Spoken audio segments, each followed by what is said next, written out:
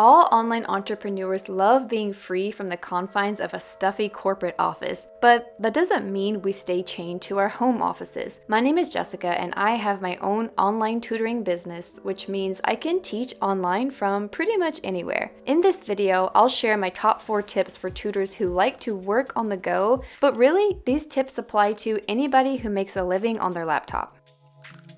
Now, I do think it is really important for online tutors, teachers, entrepreneurs to actually have a real vacation every now and then, but these tips are just here to help you think about what to do when you do have to be out of town and you don't want to cancel on those clients because, you know, it's not nice to always have to cancel on them. It's good to actually have the ability to get that work done and help your student no matter where you are.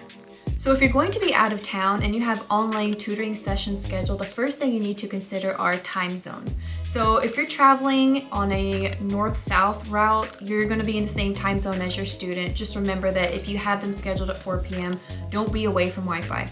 But if you are living in the Eastern time zone and you have traveled to Mountain Time, you are now 2 hours off. So that might totally mess you up because you may be used to working at 4 p.m. Well, guess what 4 p.m. Mountain Time is? It can just be mind-boggling if you don't think it through. So really important because you don't want to promise that student or client that you will meet with them online and then suddenly you don't meet with them because oops, you got the times confused and you totally forgot.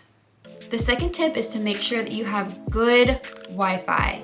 When researching on Airbnb, VRBO, or whatever website that you use to find an actual place to stay, spend extra effort looking for a place with guaranteed Wi-Fi. Large name brand hotels have Wi-Fi, but it's not always the best. If you're staying with family, just call ahead before your trip and ask if their Wi-Fi is dependable. Usually they'll be honest with you and tell you, and if it's not dependable Wi-Fi, you may need to call ahead and find a good coffee shop in their area that will allow you to work.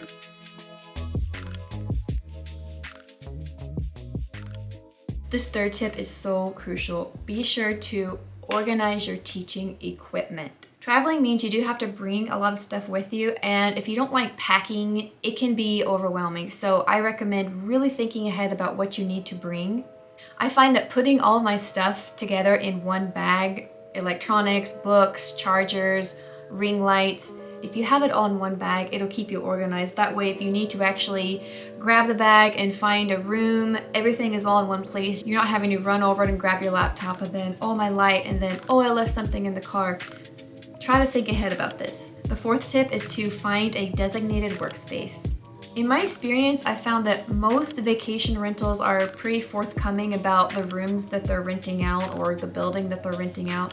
But when you arrive at a place, I recommend taking some time to find the quiet zone. That might be in the bedroom, that might be on the porch, that might be in a place you didn't expect. Or you're working in a place where the family just won't interfere with you. When you arrive at your out-of-town destination, finding your area is really going to prevent you from scrambling at the last minute. Even if you're traveling solo, you still need to consider noise interference. The other day I was actually teaching from a coffee shop outdoors, and even though it was a beautiful day, the noise of the cars coming and going would sometimes interfere. So you just have to decide what level of distraction can you put up with. Are you okay with a little bit of noise or a person walking in the background every now and then, or do you need absolute silence?